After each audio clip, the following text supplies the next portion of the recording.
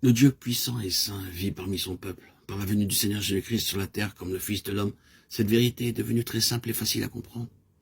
Un jour, alors que vous ferez face à un besoin, la lumière de Dieu brillera soudain dans votre cœur.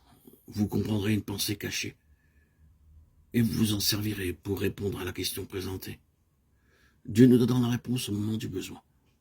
Le roi décréta que si les sages de Babylone ne découvraient pas le songe et son explication, ils mourraient. Daniel 1, 12 et 23.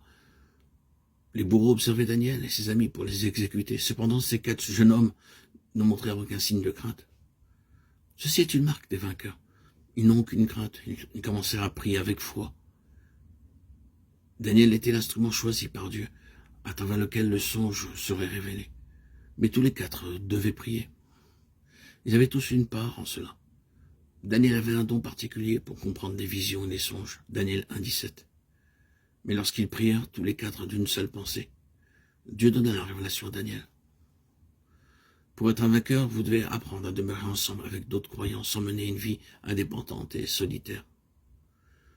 Pour les questions spirituelles, nos fardeaux doivent être portés ensemble. Nous devrions partager nos fardeaux et les décharger ensemble sur le Seigneur. Beaucoup d'ouvriers ont perdu leur ministère et leur bénédiction par leur esprit indépendant. C'est pourquoi nous voyons Daniel rechercher l'aide de ses amis. Il savait que Dieu lui avait accordé le don de comprendre et d'interpréter les visions et les songes. Daniel 1, 17. Dans cette situation, Daniel ressentit le désir de rechercher la prière de ses 3 amis. Ils prièrent tous ensemble et ils étaient partenaires dans ce ministère. Leurs dons étaient différents, mais ils étaient des partenaires égaux dans l'œuvre de Dieu. La fureur du roi est un messager de mort, et un homme sage doit l'apaiser. Proverbe 16, 14. Beaucoup de personnes étaient réunies et priaient. Acte 12, 12. Si vous désirez donc être un vainqueur, n'hésitez pas à rechercher la prière d'autres croyants. Dites-leur vos difficultés, demandez-leur de prier pour vous et avec vous.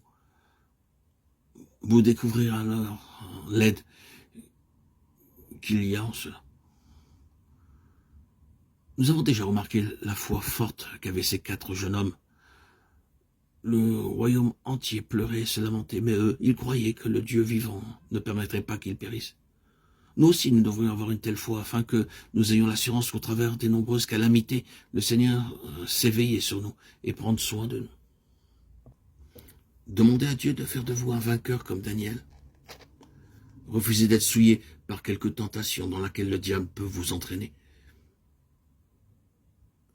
Et quelle que soit la situation dans laquelle Dieu vous place, croyez qu'elle est permise par Dieu pour vous préparer en vue du ministère futur. Et cela vous aidera à veiller et à être prêt pour l'avenir.